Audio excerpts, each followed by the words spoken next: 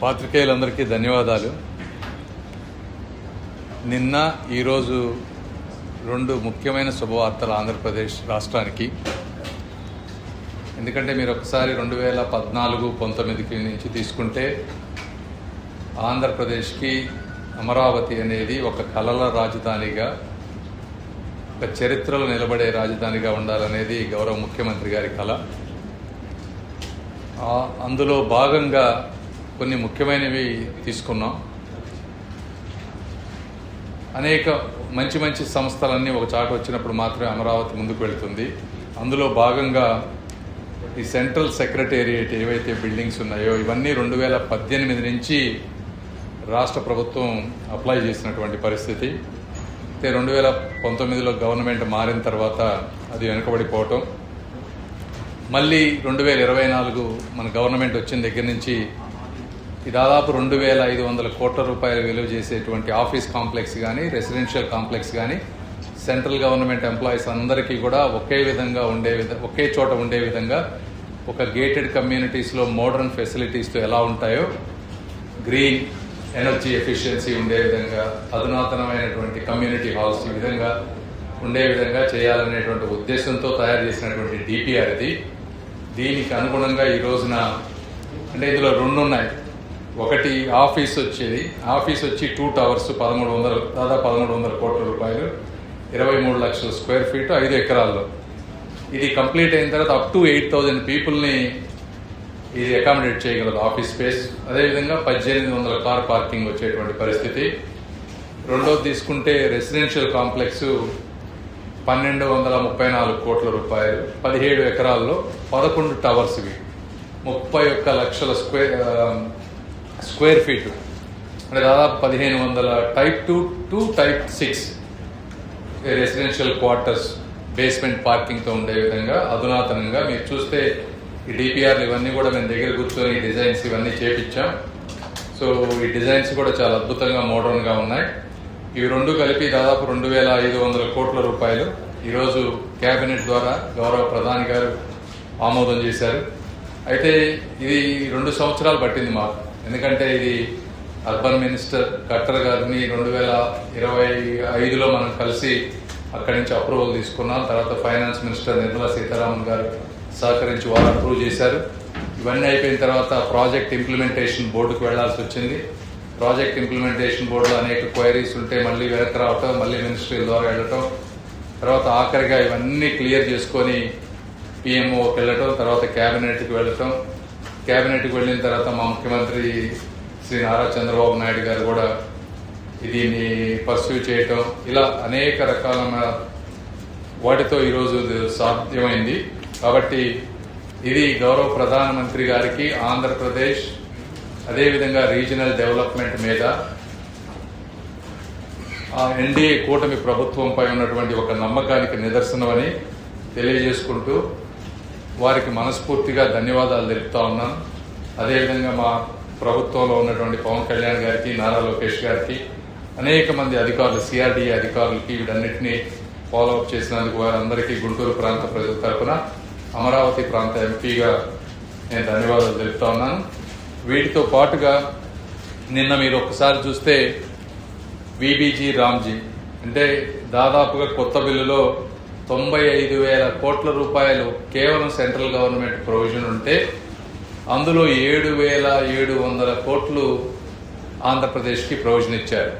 అంటే ఈ కొత్త బిల్లు ద్వారా 60-40 తీసుకుంటే ఆంధ్రప్రదేశ్ ఒక 5,000 కోట్లు ఇస్తే దాదాపు మనం 12 నుంచి 13,000 కోట్ల రూపాయల వర్క్స్ రూరల్ ఏరియాస్లో జరిగేటువంటి అవకాశం ఉంటుంది. ఆంధ్రప్రదేశ్కి ఉన్న జనాభా 5 కోట్లైనా కూడా 3rd లార్జెస్ట్ ఎలకేషన్ ఆంధ్రప్రదేశ్కి వచ్చింది. దీనికి రకరకాల కారణాలు, ఆంధ్రప్రదేశ్లో ఉన్నటువంటి సామాజిక పరిస్థితులు కానీ, ఏదేమైనప్పటికీ ఈ విధంగా అన్ని విధాల ఎక్కడ అవకాశం ఉంటే అక్కడ లార్జ్ ఎలకేషన్స్ చేసుకుంటూ విభజిత ఆంధ్రప్రదేశ్కి ఎన్ని విధాలుగా చేయగలమో అన్ని విధాలుగా చేస్తున్నామని తెలియజేసుకుంటూ అందరికీ ధన్యవాదాలు తెలుపుతా ఉన్నాను మరొకసారి. Thank you. సో ఇప్పుడే ఇది వచ్చింది కాబట్టి ఇక దీన్ని మళ్ళీ టెండర్స్కి తీసుకువెళ్ళే విధంగా సిపిడబ్ల్యూడి వాళ్ళు దీన్ని టేకప్ చేస్తారు. సో ఇప్పటి నుంచి దాన్ని కూడా మేము టెండర్స్ ముందుకు తీసుకువెళ్లాల్సిన అవసరం ఉంది. బట్ మీకు తెలియదు, దాదాపు 50 లక్షల స్క్వేర్ ఫీట్ ఉంది. ఇట్లా పెద్దవి కట్టాలంటే కనీసం 3-4 ఇయర్స్ పడుతుంది అనేది నా ఒపీనియన్. ఇదంతా కంప్లీట్ అవ్వాలి.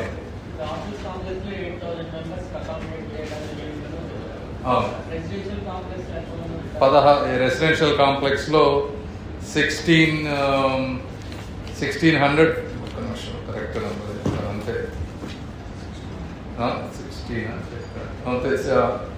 1500 అపార్ట్మెంట్. ఇది టైప్ 2 టు టైప్ 6 మీరు అర్థం చేసుకోవాల్సింది. సో వేరియస్ అంటే 3 బెడ్రూమ్ ఉండొచ్చు, పెద్ద పెద్దవి కూడా ఉంటాయి కాబట్టి వేరియస్ సైజెస్, 11 టవర్స్. ఇందులో లేదు, 100% సెంట్రల్ గవర్నమెంట్ ఫండ్. ల్యాండ్ ఒక్కటే స్టేట్ గవర్నమెంట్. కట్టడం కూడా సెంట్రల్ CPWD వాళ్ళు తీసుకొని కడతారు.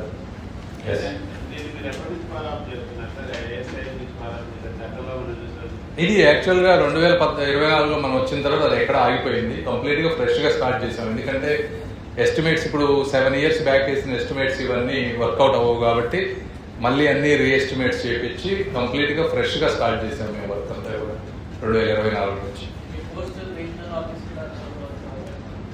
పోస్టల్ రీజనల్ ఆఫీస్ కూడా ఒరిజినల్ అనుకున్న ఎస్టిమేషన్ మేము 50 crores అనుకుంటే అది 110 crores అయింది. ఎందుకంటే CRDAలో నామ్స్ ప్రకారం గ్రౌండ్ ఫ్లోర్ పార్కింగ్స్ పెట్టమన్నారు 2 floors. సో ఓవరాల్గా ఎస్టిమేట్ 100 crores పెరిగింది కాబట్టి అది కూడా బడ్జెట్ క్యాబినెట్ అప్రూవ్ అంటే లార్జ్ పోస్టల్ డిపార్ట్మెంట్ అంతా కూడా మాడిఫై చేస్తా ఉన్నా. అందులో భాగంగా క్యాబినెట్ వెళుతుంది. అది కూడా వచ్చే 1-2 months అది కూడా అప్రూవ్ అవుతుంది అనుకుంటారు.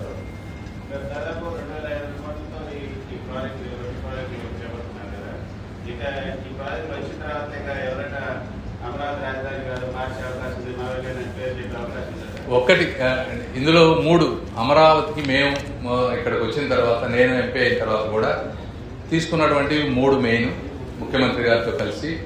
ఒకటి అమరావతి బిల్లు, రెండోది సెంట్రల్ సెక్రటేరియట్, మూడోది outer ring road. So outer ring road కూడా దాంట్లో ఉన్నటువంటి ఇబ్బందులన్నీ కూడా లాస్ట్ టైం ముఖ్యమంత్రి గారు వచ్చినప్పుడు చాలా వరకు క్లియర్ అయినాయి.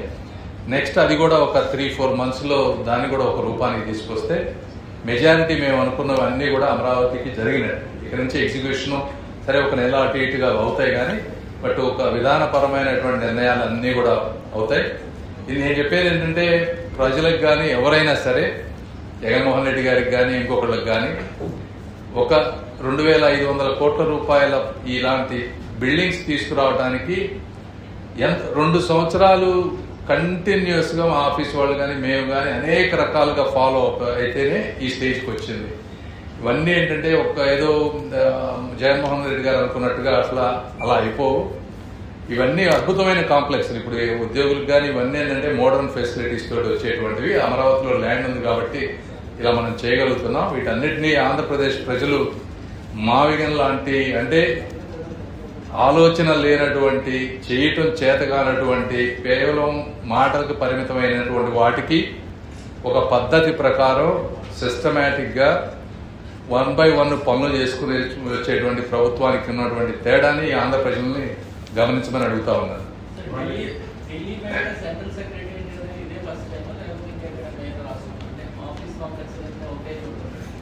అంటే నాకు పూర్తిగా దాని మీద ఐడియా లేదు కానీ బట్ గ్రీన్ ఫీల్డ్ ఈ విధంగా చేయటం అనేది ఒకవేళ ఉన్నా కూడా ఇంత మోడర్న్ ఫెసిలిటీస్ తోటి, మోడర్న్ ఆర్కిటెక్చర్స్ తోటి, రెస్ట్ ఆఫ్ ది సిటీతో విశాలమైన ప్రాంతంలో ఉండటం బహుశా ఇదే మొదలు అవుతుందని నేను అనుకుంటాను. ఆంధ్రప్రదేశ్కి సంబంధించి కీలకమైనటువంటి ప్రాజెక్టులో మొదటి నుంచి ప్రత్యేకించి ఈసారి 3వసారి మోడీ ప్రధానిగా బాధ్యతలు చేపట్టిన తర్వాత అనేక కీలక ప్రాజెక్టులకి వస్తుంది. ఇప్పుడు ఆయన దేశాన్ని అత్యంత కాలం పాలించిన ముఖ్యమంత్రిగా రికార్డు సృష్టించిన రోజు జరిగినటువంటి కేబినెట్ సమావేశంలో అమరావతికి సంబంధించి తీసుకున్న ఈ నిర్ణయం ఆంధ్రప్రదేశ్ కానీ అమరావతి నిర్మాణ కార్యకలాపాలు మరింత వేగకారకానికి దోహదం చేసేటువంటి అవకాశం ఉందా? డెఫినెట్గా. అంటే ఒక మంచి రోజు జనరల్గా కూడా మోదీ గారికి కూడా ఒక పాజిటివ్ ఎనర్జీ ఉంది. అలాంటి సమయంలో ఎందుకంటే సెంట్రల్ గవర్నమెంట్లో కొన్ని 100 ప్రాజెక్ట్స్ ఉన్నాయి. మా పోస్టల్ డిపార్ట్మెంట్స్ నుంచే 2 క్యాబినెట్లో పెండింగ్ ఉన్నాయి. ఇలా అనేక రకాల ప్రాజెక్టులు ఉన్నప్పటికీ కూడా ఈ రోజున అమరావతిని లో ఉన్నటువంటి దాన్ని తీసుకోవటం ఒక మంచి శుభశకునంగా నేను భావిస్తాను. Thank you. సార్, ఈ 2 సంవత్సరాల్లో మీ శాఖకు సంబంధించి మీరు సాధించినటువంటి విజయాలు, మీరు ఈ 2 ఏళ్లలో మీకు నచ్చినటువంటి ఫలితాలు అవి చాలా ఉన్నాయి, వేరే ప్రెసిడెంట్ చెప్తాను. Thank you.